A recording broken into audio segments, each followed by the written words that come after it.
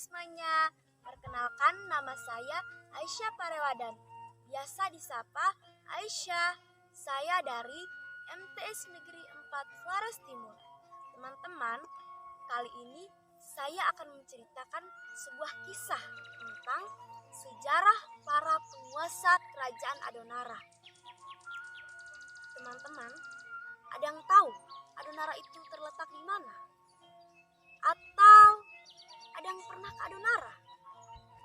Jadi teman-teman, Adonara itu adalah sebuah pulau kecil yang terletak di ujung timur Pulau Flores. Jadi, begini ceritanya. Ketika bangsa Portugis tiba pertama kali di Kepulauan Solor di abad ke-16, mereka mencatat bahwa penguasa Adonara yang berkuasa saat itu adalah seorang yang bernama Sengaji Boli.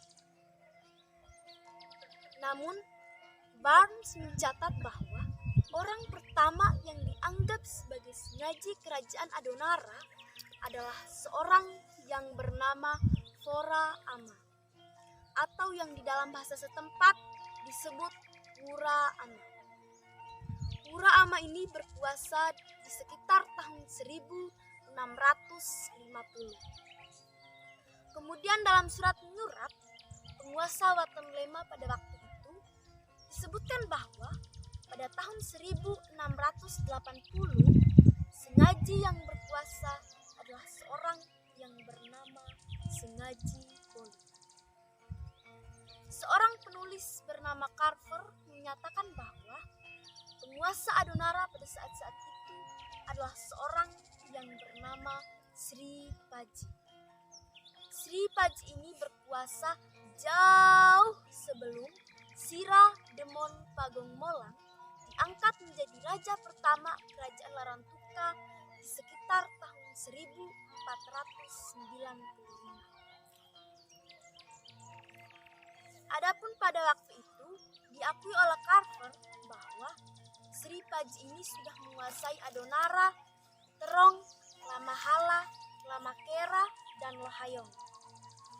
Seorang penulis yang lain di tahun 1935 bernama Simons menyatakan bahwa ketika Enga melarikan diri dari Larantuka ke Adonara, dia dilindungi oleh Raja Adonara pada saat itu yang bernama Paji Ebang.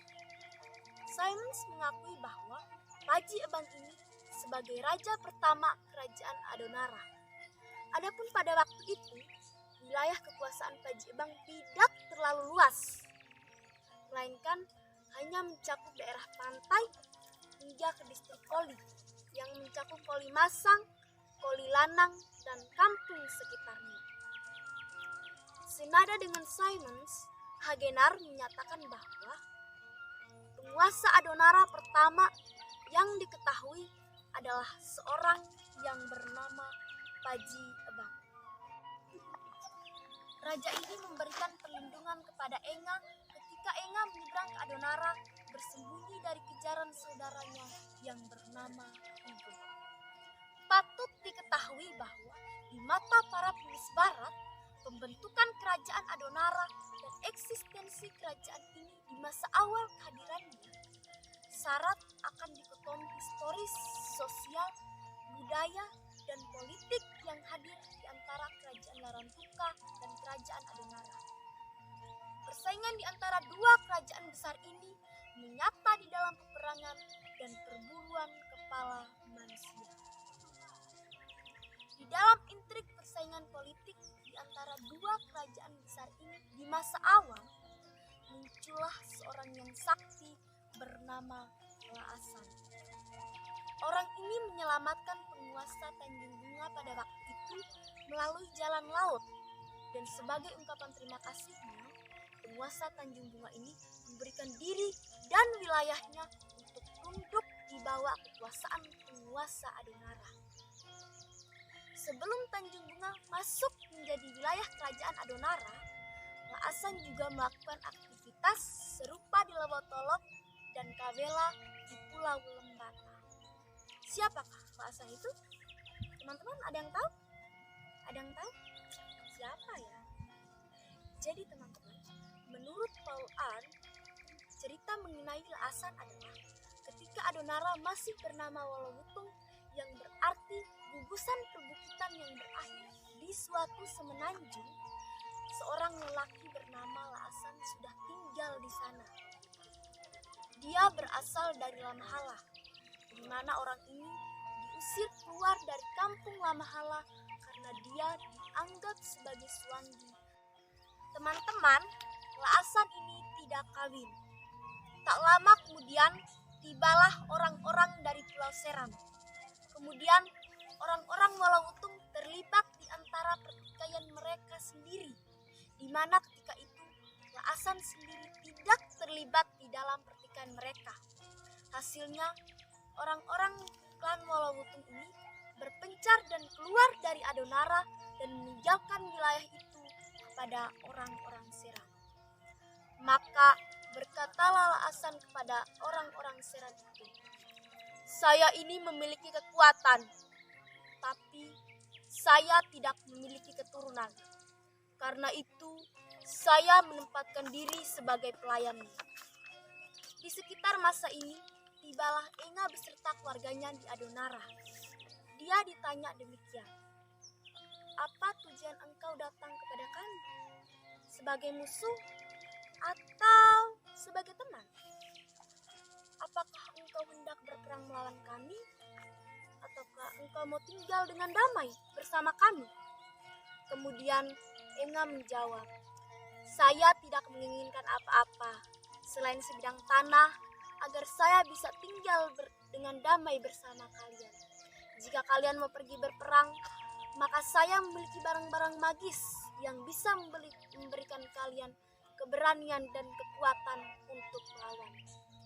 Dimanapun kalian menang dan seberapapun luas tanah yang kalian dapatkan, semua itu adalah milik kalian. Kami adalah bawahannya." Maka semenjak hari itu, Enga tinggal bersama orang-orang Seram itu. Laasan kemudian pergi berlayar untuk menaklukkan daerah-daerah lain. Sejumlah orang dari Seram pergi mengikuti dia dimanapun tempat dia berlabuh. Laasan menunjukkan kepada para penduduk di situ daerah mereka maupun kawasan di sekitarnya. Dia meminta kepada mereka untuk secara sukarela menyerahkan wilayah itu di dalam kekuasaannya. Dan orang-orang di situ pun menyerah secara sukarela karena mereka tahu bahwa Laasan adalah pribadi yang kejam dan sakti. Dengan cara demikian, orang-orang Seram memperoleh Lewotolok di bagian barat daya Lembata dan Kedang di sebelah timur Lembata. Sebuah tradisi yang lain menceritakan bahwa penguasa Adonara pertama yang diketahui adalah seorang yang bernama Sili Lansngaji atau yang disebut dengan Jou Welitadon. Nama Sili Lansngaji itu sendiri merupakan perpaduan 3 gelar yang merujuk pada 3 tempat. Sili adalah gelar pemimpin dari Ternate. Lan atau La adalah sebuah artikel yang melekat di awal nama para pria di daerah Sulawesi Selatan. Sedangkan Sengaji itu sendiri merupakan gelar bangsawan Jawa yang populer sebelum gelar raja mulai banyak dipakai. Gelar Jowelatadon itu sendiri bisa dimaknai dengan Tuan Guru Ngaji di kampung Adonara. Anak laki-laki dari penguasa ini bernama Odemuna, yang keturunannya bernama Bapak Guru. Menurut penulis Sengaji bahwa Sili Sengaji yang memiliki putra bernama Guru Bele ini tidak memiliki anak. Kemudian Guru Bele pergi ke Betawi bagian utara Jakarta. Di sana seorang guru memberinya sebuah botol minyak yang beliau bawa kembali ke kampung Adonara. Setiap hari Jumat, Guru Bele mengoleskan minyak tersebut di dahinya dan di pusar perut istrinya. Dia kemudian memiliki 7 anak laki-laki dan 7 anak perempuan. Anak laki-laki pertama bernama Jou Tutu Ama. Jou Tutu Ama kemudian menjadi raja, namun tidak memiliki anak. Kemudian digantikan oleh adiknya yang bernama Begu Tutu Ama, yang yang kemudian diganti oleh Kamba Nuba Ama. Penguasa kerajaan Adonara dari Raja Begu Ama adalah Pelan, Raja Jou, Kamba Begu, Bapak Tuan, Arakian Kamba, Bapak Ama, Bapak Nur, Bapak Kaya, dan yang terakhir adalah Kapitan Muhammad Ehe. Begitulah silsilah raja yang pernah berkuasa atau yang memegang tahta di Pulau Adonara, Tanah Adonara.